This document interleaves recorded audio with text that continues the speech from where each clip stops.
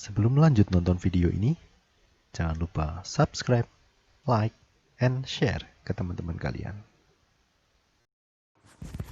Assalamualaikum warahmatullahi wabarakatuh. Selamat pagi anak-anak. Apa kabar semuanya? Semoga kalian semua dalam keadaan sehat dan selalu dalam lindungan Allah Subhanahu wa taala. Amin. Bagaimana anak-anakku semuanya? Semakin semangat kan belajarnya? Harus dong ya. Setelah minggu lalu kalian diberi kesempatan untuk mengikuti simulasi pembelajaran tatap muka. Ya, meskipun hanya 1 hari, setidaknya bisa mengobati rasa rindu kalian pada teman-teman, pada Bapak Ibu guru, serta bisa melepas rindu pada sekolah tercinta. Semoga saja pandemi ini segera berlalu dan kita bisa belajar bersama lagi di sekolah seperti sedia kala. Amin. Nah, anak-anak, hari ini kita akan bersama-sama belajar tema 5D, subtema 2, pembelajaran 3 dan 4. Materi yang akan kita pelajari adalah tentang hak, kewajiban dan tanggung jawab. Kemudian yang kedua adalah pantun, dan yang ketiga interaksi sosial manusia. Anak-anak sudah siap untuk belajar bersama Bu Atik hari ini? Yuk kita mulai pembelajaran hari ini dengan bacaan basmalah bersama-sama. Bismillahirrahmanirrahim. Anak-anak, dalam kehidupan kita sehari-hari, tentu kita sering melihat bentuk interaksi manusia dengan lingkungannya. Manusia berinteraksi dengan lingkungan untuk mendapatkan sumber daya alam. Nah, sumber daya alam yang diperoleh ini kemudian dimanfaatkan untuk memenuhi kebutuhan manusia. Nah, contoh interaksi manusia dengan alam bisa kita lihat di halaman 69 buku paket. Pada gambar 2.14 terdapat berbagai kegiatan interaksi manusia dengan lingkungan. Kita lihat untuk gambar yang pertama itu adalah ada gambar seseorang yang sedang menebang pohon di hutan. Nah, kira-kira kalian tahu nggak tujuannya untuk apa? Iya, mereka menebang pohon itu untuk membuka lahan pertanian. Nah, kita tahu karena kita bisa lihat di gambar selanjutnya, yaitu di gambar 2. Di situ terdapat gambar lahan pertanian yang sudah menjadi dan mulai ditanami berbagai tanaman konsumsi seperti sayuran. Nah, hal itu dilakukan untuk memenuhi kebutuhan manusia. Apa yang kita lihat pada halaman 69 adalah salah satu bentuk interaksi manusia dengan lingkungan. Nah, interaksi antara manusia dengan lingkungan ini dapat berdampak positif dan juga dapat berdampak negatif loh. Interaksi yang berdampak positif itu akan menguntungkan manusia dan juga lingkungan. Jadi keuntungannya selain didapatkan oleh manusia, lingkungan sendiri pun juga akan semakin lestari. Jadi manusia bisa mendapatkan sumber daya alamnya untuk memenuhi kebutuhan hidup, sedangkan untuk alamnya sendiri atau lingkungan sendiri itu nanti akan semakin terjaga kelestariannya. Contohnya adalah misalkan tentang penggunaan sumber daya alam atau pengambilan sumber daya alam dengan bijak dan diikuti dengan kegiatan pelestarian alam. Misalkan saja menebang pohon. Nah, pohon yang ditebang itu adalah dipilih pohon yang sudah tua, pohon yang sudah layak untuk ditebang. Nah, setelah pohonnya ditebang, kemudian ditanami kembali sehingga hutan tidak gundul, alam tetap lestari, tetapi manusia juga bisa memanfaatkan sumber daya alam yang ada. Nah, terus bagaimana untuk dampak yang negatif? Dampak yang negatif itu adalah dampak yang ditimbulkan dari interaksi manusia dengan alam, tetapi itu menimbulkan kerugian, baik itu bagi manusia maupun bagi lingkungan itu sendiri. Interaksi yang berdampak negatif akan merugikan manusia dan lingkungan. Lingkungan menjadi rusak sehingga daya dukung terhadap kehidupan menurun, bahkan dapat menyebabkan bencana bagi manusia. Contoh interaksi antara manusia dengan lingkungan yang berdampak negatif itu adalah pengambilan sumber daya alam dengan sembarangan dan eksplorasi secara besar-besaran tanpa memperhatikan kelestarian alam. Misalkan saja penggundulan hutan, kemudian pembakaran hutan. Itu selain berdampak terhadap lingkungan, juga dampaknya bisa dirasakan oleh manusia. Lingkungan rusak dan manusia bisa kekurangan sumber daya. Selain itu juga bisa mengakibatkan bencana alam seperti banjir dan tanah longsor, seperti itu. Nah, ketika manusia itu menggunakan sumber daya alam atau mengambil sumber daya alam dengan tidak memperhatikan kelestarian alam, maka akan berdampak negatif, baik itu bagi manusia maupun bagi lingkungan. Nah, anak-anak, seperti yang sudah dipelajari di pembelajaran sebelumnya, interaksi manusia itu tidak hanya dengan lingkungan saja ya, tetapi juga interaksi antar sesama manusia atau disebut sebagai interaksi sosial. Nah, manusia juga berinteraksi dengan manusia yang lain, atau tadi Bu Ati sudah sampaikan disebut sebagai interaksi sosial. Contoh interaksi sosial ini bisa kita baca pada bacaan halaman 72 yang berjudul Kisah Pengguna Jalan. Nah, agar interaksi sosial ini bisa tercipta dengan baik, maka setiap individu harus melaksanakan kewajiban dan tanggung jawab masing-masing. Apabila kewajiban dan tanggung jawab masing-masing itu sudah dilaksanakan dengan baik, maka mereka akan mendapatkan haknya dengan baik pula. Nah, antara hak dan kewajiban harus dijalankan secara seimbang agar tercipta hidup yang tentram, damai, dan rukun. Nah, dalam bacaan di halaman 72 dicontohkan bahwa dalam peristiwa tersebut, Adi, seorang pengendara sepeda motor yang dia ini adalah seseorang yang mentaati peraturan, kemudian dia juga berkendara dengan menggunakan SIM, menaati peraturan lalu lintas, membayar pajak kendaraan. Ini merasa tidak mendapatkan haknya karena ternyata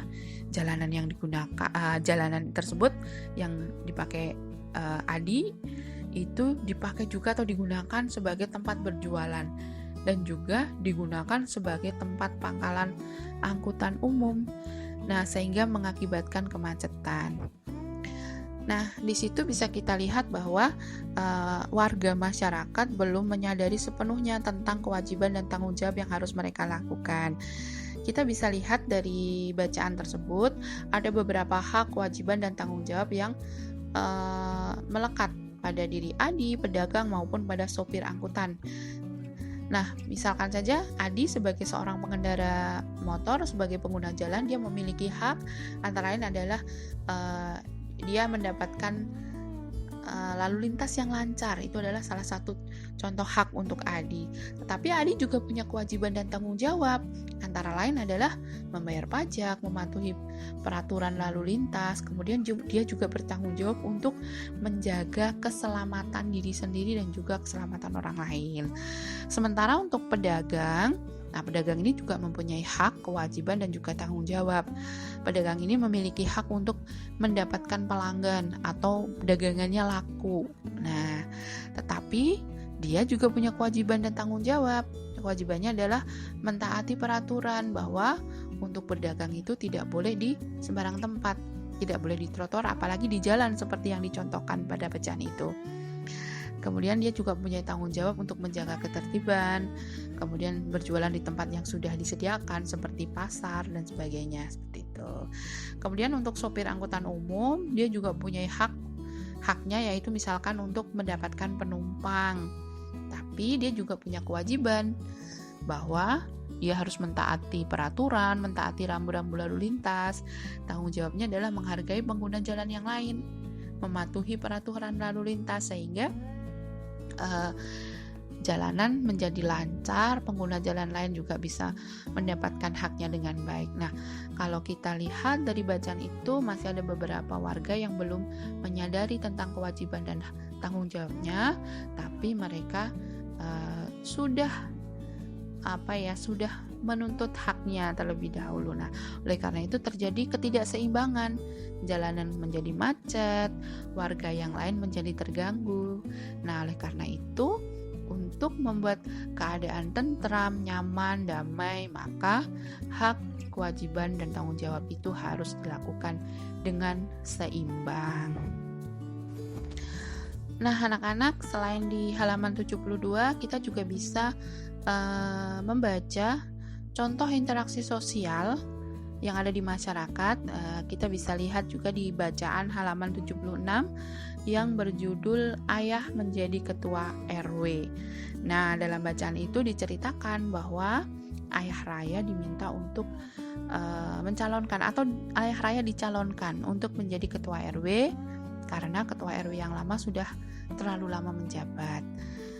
Sehingga masyarakat ingin ada pembaharuan gitu. Sementara kalau menunjuk salah satu ketua RT nanti dirasa kurang adil, sehingga para ketua RT ini meminta ayah raya untuk mencalonkan diri sebagai ketua RW. Nah, akhirnya ayah raya ini bersedia dengan berjanjian bahwa nanti apabila terpilih, warga itu mau membantu ayah raya. Nah, warga sangat antusias ketika mengikuti pemilihan ketua RW ini.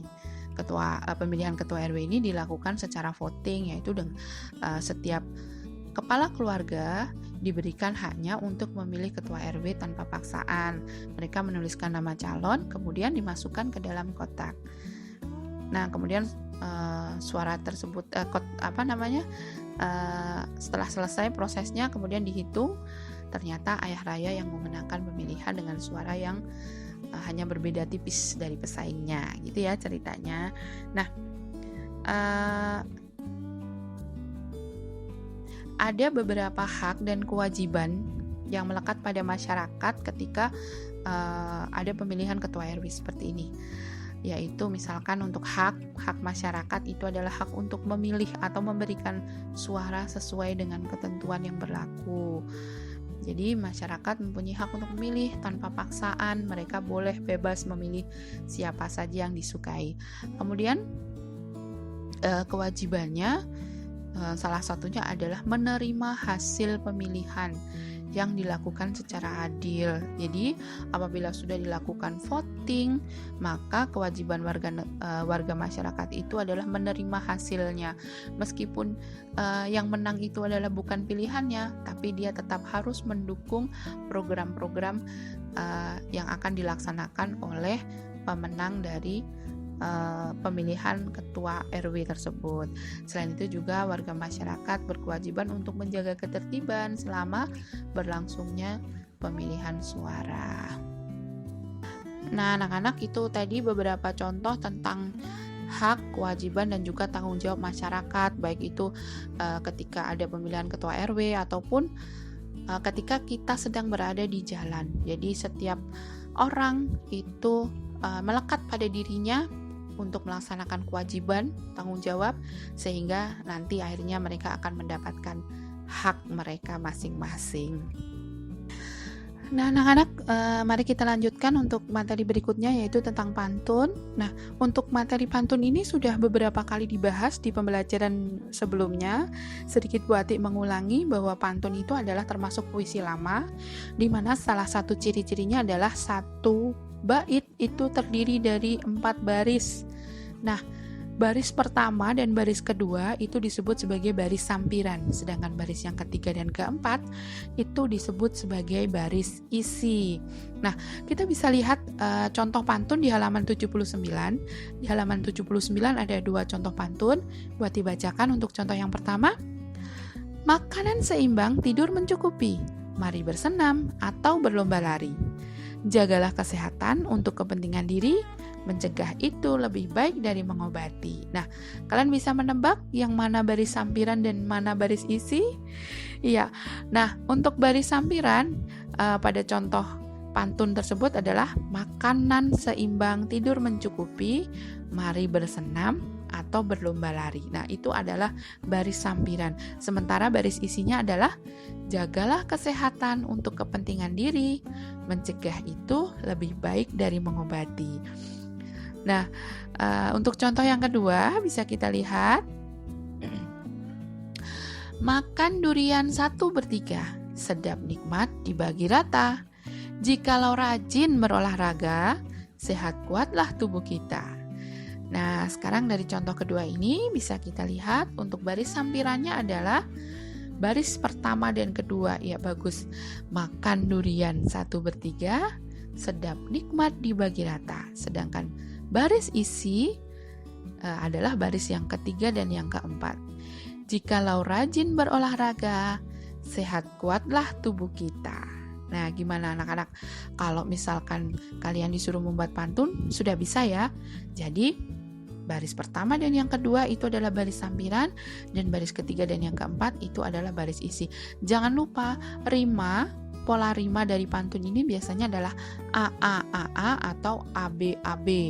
Jadi, yang dilihat itu adalah suara vokal terakhir, bukan huruf terakhir, tetapi suara vokal terakhir. Jadi A, I, U, E, O. Seperti itu ya. Jadi bukan hurufnya yang sama, huruf terakhir yang sama, tetapi vokalnya yang sama di akhir kalimat tersebut. Nah, anak-anak, bagaimana untuk pelajaran hari ini? Bu Ati rasa cukup sekian ya untuk pelajaran hari ini. Semoga apa yang sudah kita pelajari bisa menambah ilmu kita dan semakin menambah pemahaman kita. Nah, sebelum Bu Ati tutup, ada tugas yang harus kalian kerjakan hari ini.